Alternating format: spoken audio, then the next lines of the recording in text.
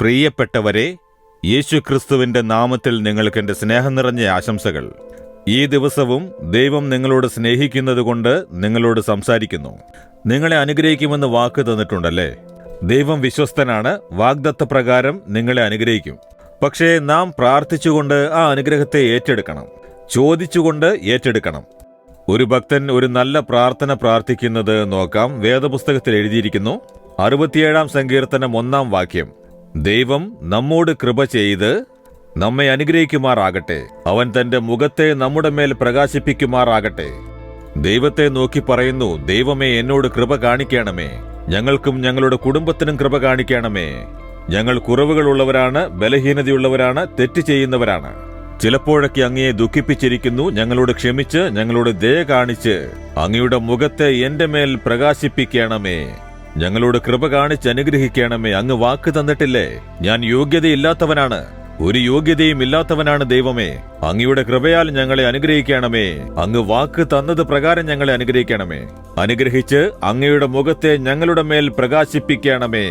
ഇത് വളരെ നല്ല മനോഹരമായ പ്രാർത്ഥനയാണ്. നാം ഓരോരുത്തരും പ്രാർത്ഥിക്കേണ്ടതായ പ്രാർത്ഥന. ദൈവത്തിന്റെ മുഖം നമ്മുടെ മേൽ പ്രകാശിക്കണം. ആ വെളിച്ചമാണ് നമ്മുടെ ജീവിതത്തിലെ ഇരുട്ടിനെ മാറ്റി വെളിച്ചത്തെ കൊണ്ടുവരുന്നത്. ഒരു നല്ല സമ്പൂർണ്ണ അനുഗ്രഹത്തെ കൊണ്ടുവരും. എന്താണ് അതിന്റെ അർത്ഥം? നാം അവന്റെ മുഖം അന്വേഷിക്കണം. ദൈവത്തിന്റെ മുഖം അന്വേഷിക്കുന്ന ശീലം നമുക്കുണ്ടാകണം. ദൈവം തന്നെ പറയുന്നില്ലേ, എന്റെ ജനങ്ങൾ, എന്റെ നാമം ധരിച്ചിരിക്കുന്ന എന്റെ ജനങ്ങൾ എന്റെ മുഖം അന്വേഷിക്കുമ്പോൾ നിങ്ങളുടെ രാജ്യത്തെയും ഞാൻ അനുഗ്രഹിക്കും എന്ന് വാക്ക് തന്നിരിക്കുന്നു.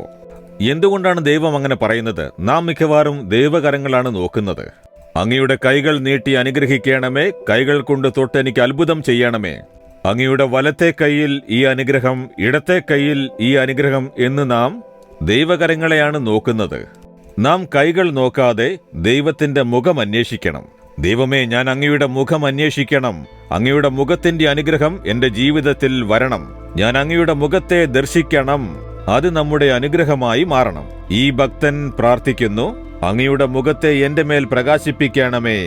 മോശ ചെന്ന് ദൈവ സാന്നിധ്യത്തിൽ 40 ദിവസം ദൈവത്തിന്റെ മുഖത്ത് നോക്കി അവന്റെ സന്നിധിയിൽ സംസാരിച്ചു കൊണ്ടേയിരുന്നിട്ട് എന്ത് സംഭവിച്ചു? മോശയുടെ മുഖം പ്രകാശിച്ചു. അതൊരു വലിയ അനുഗ്രഹമാണ്. നിങ്ങൾ കർത്താവായ യേശുവിന്റെ മുഖം അന്വേഷിച്ച് യേശുവിനോട് സംസാരിച്ചടുക്കുന്ന സമയത്ത് നിങ്ങളുടെ മുഖം എപ്പോഴും പ്രകാശിക്കും. അതെങ്ങനെ പ്രകാശിക്കുമെന്ന് ചോദിച്ചാൽ, എപ്പോഴും സന്തോഷമുണ്ടായിരിക്കും, ആഹ്ലാദമുണ്ടാകും. ശോകത്തോടെയും ദുഃഖത്തോടെയും ഭയത്തോടെയും ഇരിക്കാതെ ഒരു മനസന്തോഷം. നിങ്ങളുടെ ഹൃദയത്തിലുള്ളത് മുഖത്ത് കാണും. ഹൃദയത്തിലെ സന്തോഷം മുഖത്ത് കാണപ്പെടും. എപ്പോഴും സന്തോഷത്തോടെ ഹാപ്പിയായിട്ടിരിക്കും. ഇന്ന് ദൈവം എന്റെ കൂടെ ഉണ്ടാകുമെന്ന് വാക്ക് തന്നിരിക്കുന്നു. വരൂ, നമുക്ക് അനുഗ്രഹത്തോടെ സ്തുതിക്കാം, പ്രാർത്ഥിക്കാം. ദൈവം അനുഗ്രഹിക്കുമെന്ന് സന്തോഷത്തോടെ ഇരിക്കും. നിങ്ങൾ ശോകത്തോടെ കരഞ്ഞുകൊണ്ടിരുന്ന് എന്തൊരു ജീവിതമാണിത്, കഷ്ടപ്പെട്ട് മടുത്തു എന്നൊന്നും പറയുകയില്ല. ദൈവത്തെ നാം അന്വേഷിച്ചുകൊണ്ടിരിക്കും തോറും നിങ്ങളുടെ മുഖം പ്രകാശിക്കും. എപ്പോഴും സന്തോഷത്തോടെ, മനോല്ലാസത്തോടെ ഇരിക്കും. അതാണ് ദൈവം തരുന്ന വലിയ അനുഗ്രഹം. സന്തോഷമായി ഇരിക്കുന്നുവോ?